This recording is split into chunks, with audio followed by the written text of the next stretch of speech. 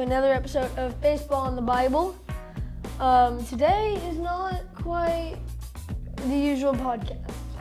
Right. It's going to be a little different. We're just here for a brief moment to welcome you in, and we do want to welcome you. Welcome to the dugout.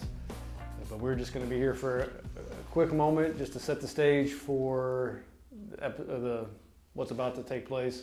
We've been talking about this on some previous episodes, that we were going to start to have some training. We're going to have more of these in the future, but we wanted to provide some videos, especially during this winter season. So right now we're in winter break. We're in the middle of holiday season and Thanksgiving and Christmas and all that great stuff, and somewhat colder weather here in Texas, but not too bad. Been pretty good. Not too bad. But we are in the middle of time where it's a little less convenient, and usually it gets darker soon, quicker. And you're not a fan of that for your lawn work. Right, but it makes it more difficult for training as well. And so we wanted to provide some quick things that we could do either in your house, in your garage, in your backyard if you wanted to bundle up if it's cold, but stuff that doesn't necessarily require going to the cages, but stuff that we could be working on to get better and stronger and more agile, quicker, all those good things as we get ready for spring ball, right? Right. So we've recorded some. We're going to do some more in the future with different coaches, but today's episode is with Coach Tony, my cousin, your uncle, and he's got a ton of baseball experience. If you've been watching the pod, you've seen that, knows what he's talking about, and just excited to have him here. Thankful that he's going to help us.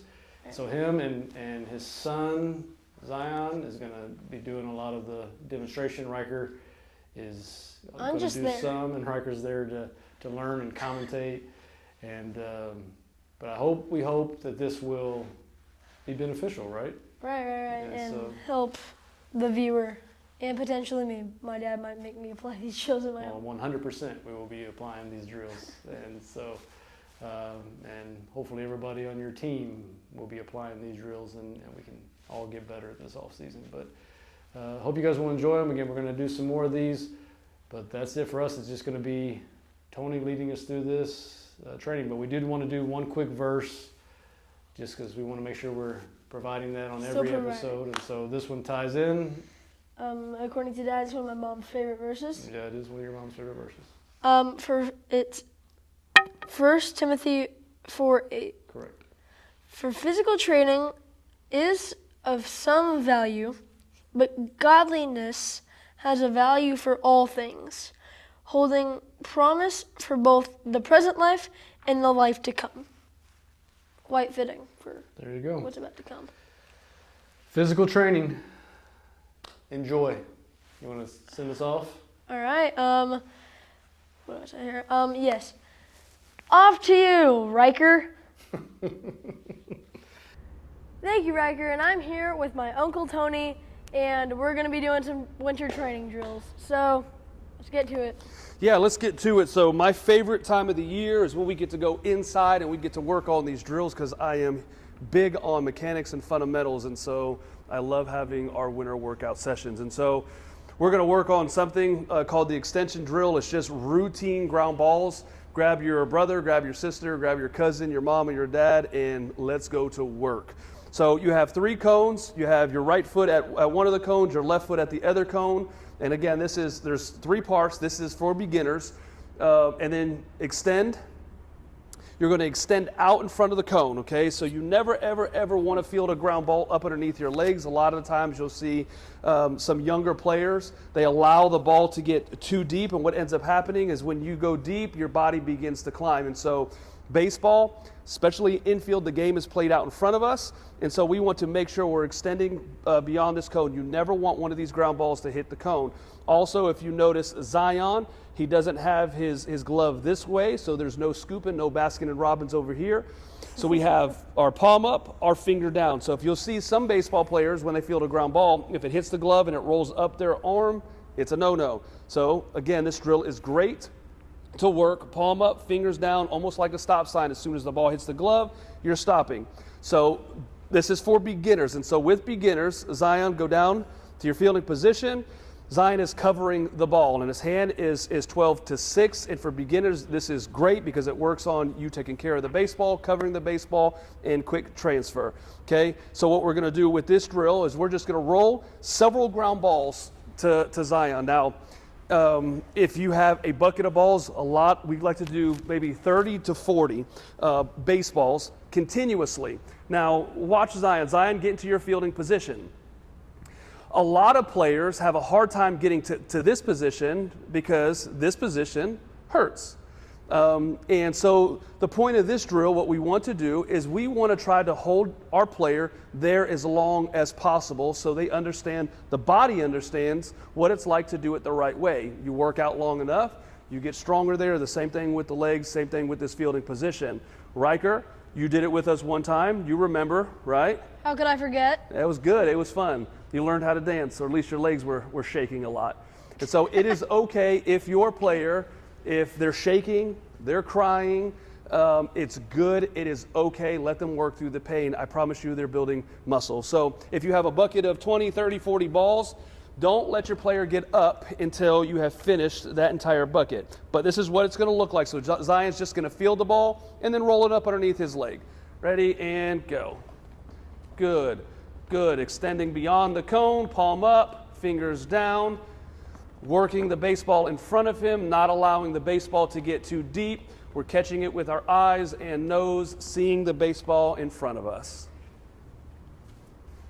Okay, so this is part 2 of the cone drill, extension drill. So again, for beginners, we're just working 12 to 6. You may have heard it like the alligator. We're just controlling the baseball. Taking care of the baseball. So for this one, we're going to change it up a little bit. This is for more advanced. Now we're no longer going to do 12 to 6, but now we're going to create an angle with our glove, and we're going to go 7 to 2. And the reason why we do that is because whenever we're taking care of the baseball and the baseball is going in to be transferred, we want to bring it into what's called our safe place, whether it's your belly, whether it's your chest, whether it's in between. We want to take care of the baseball. We never want to field a ball and then go out this way, because the ball can fly in different directions. So we take care of the baseball, bring it into the safe place. If we do it 12 to 6, it keeps my elbows in, and my elbows have nowhere to go. But if I go 7 to 2, and now my elbows go out. So all we're going to do right now is we're going to work on fielding the ground ball, 7 to 2, and then work on transferring the baseball. So we're going to transfer, roll the ball off to the side. Transfer, roll the ball off to the side. And go. Good. Good, good, good, good, out front, good, out front, keeping your body low, taking care of the baseball, good. So part 3 of this drill is for more advanced players. So you started off, just 12 to 6, feeling the ground ball, seeing it in front of you, and then you go to more advanced, learning to control the baseball, take care of the baseball, and then we go into glove ball separation. And so this third one, what we're going to end up doing, watch Zion, get into your fielding position. Okay, so now when we're fielding the ball here, we want to take this knee, go slightly in. This foot goes out a little bit. We go into rocker toe. We go into rocker toe. There you go, Zion. Oh. And you want to have your weight on that side. Okay, and the reason why we do that, and we talk about on our throwing side, we're heavy on our throwing side. We're light on our glove side. Okay, and the reason why we do that is for body transfer. We never ever want to just run to a baseball straight on, stop our feet, and feel the ball, because then we stop our momentum. The whole idea is we don't run through a baseball, we work through a baseball.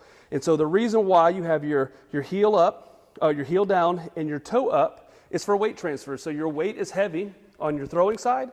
The moment, and it's all about timing, the ball hits this glove, what ends up happening is you want to transfer your weight, continuing with your momentum in the direction that you're throwing the ball. So as Zion, very good, see, now rock.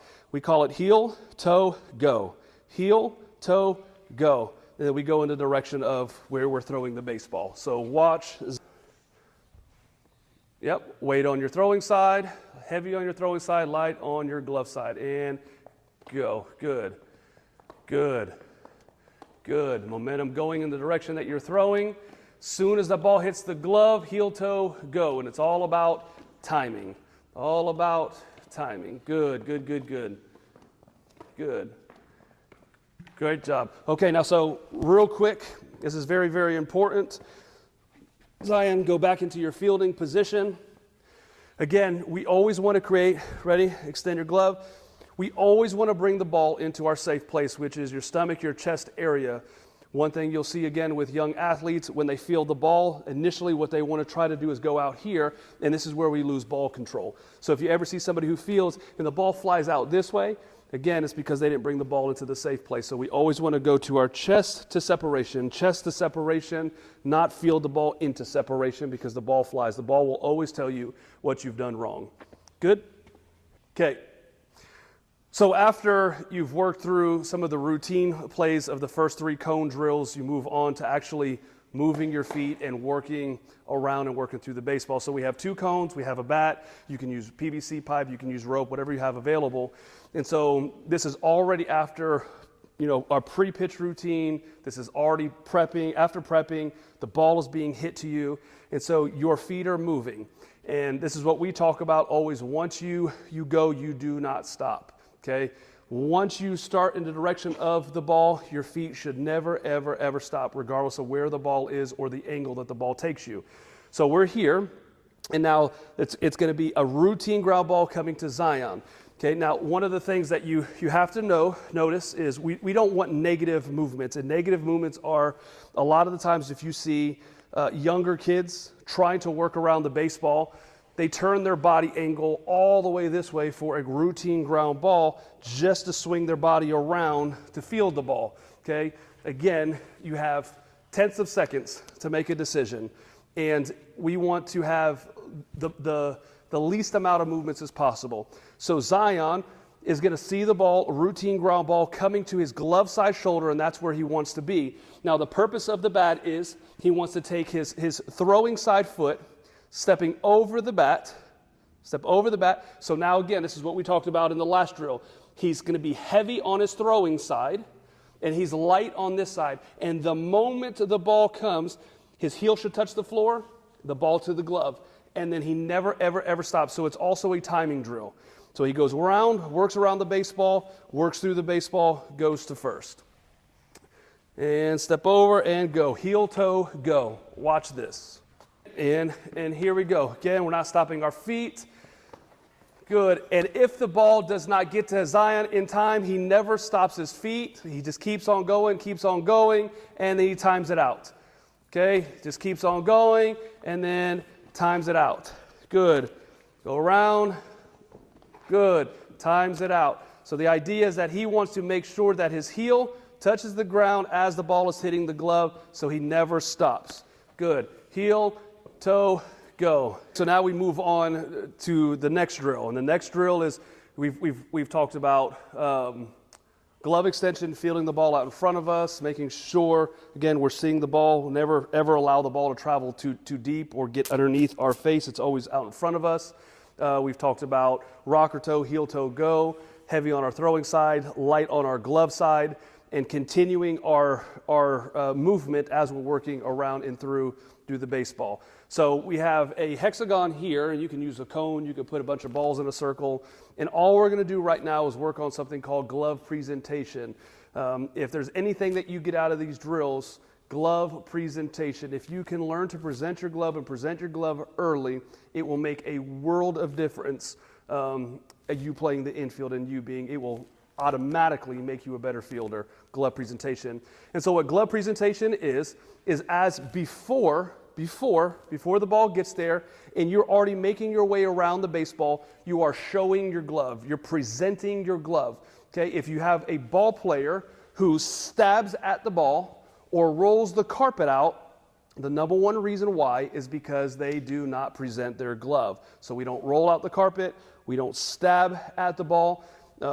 Again, if you stab at the ball, most likely you're showing your glove way too late and the ball's going to end up going underneath your glove. And the rule of thumb for a great infielder is we're okay with balls going over our glove, but a ball should never go underneath your glove. And so glove presentation as the ball is coming, basically it's like a vacuum. Your glove is a vacuum. You're taking your glove to the ball. Okay, it never goes back. I never show my glove, pull back, and then roll out the carpet. I present, I go. Once I show, I go. Okay, and so all Zion is going to do, he's going to keep his body angled towards me. I'll be rolling the balls.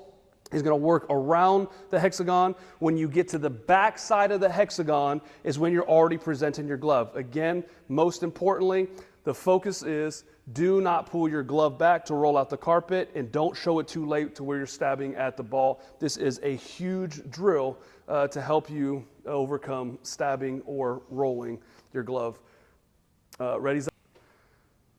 And go. Good. Present. Good. Good. Good.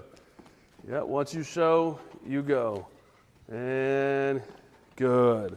Okay. Yeah. Okay, so for our last and final drill, it's one of our favorites. So we're going to work on routine plays and backhand. So if you have a ladder handy, make sure you pull it out. If you don't have one, get one, because it works on hand-eye coordination, works on footwork, works on a lot of different things. And so what we're doing with the ladder drill is routine ground balls, backhand. And so what Zion's going to do is he'll have his he'll have his throwing side foot in the ladder. We're doing routine, throwing side in the ladder, okay? And then he'll have his glove side on the outside, and he's fielding the ball here. And so why this is important is because whenever we field a ground ball, we want to field a routine ground ball inside of our throwing side foot. Okay? If I field a ground ball on my throwing side foot, I have to stop my momentum to be able to field the ball. And so inside glove side foot is where I want to work my routine ground balls. And so what I want to do is now replace my feet and then go into a backhand.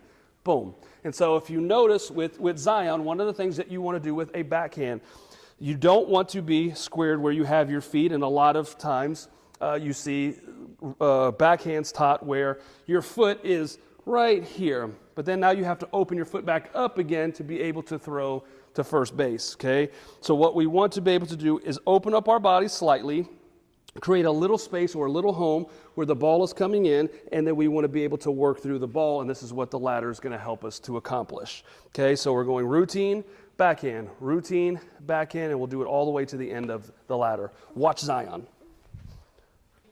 Good. Backhand, good. Routine, good. Backhand, good. Routine, backhand, good. Routine, good. Backhand, good. Routine, backhand, okay? Now also, with this drill, you go slow just so your player can get the footwork down that they need to get down, and then you can speed it up as they get better. But also, before even getting to the glove, you can also do dry reps where there's no glove involved at all. So you actually don't need a partner. You can tell your player, hey, this is how you do it. Tell them, hey, go to the living room and do 40 reps. And so watch Zion do it. It's just a dry rep. There's no ball involved. And you're going to go from routine, backhand, all the way through. And you're going to try to be quick. And you're going to keep your glove as low as possible and your body angle as low as possible. Watch Zion. Ready? And go. Routine, backhand. Good. Good. Good. Good. Excellent job. Thank you for giving us some amazing drills. Thank you for participating in basically extra practice. Thank you for sitting in the back table. And we'll see you next time on Baseball in the Bible. We'll see you next time.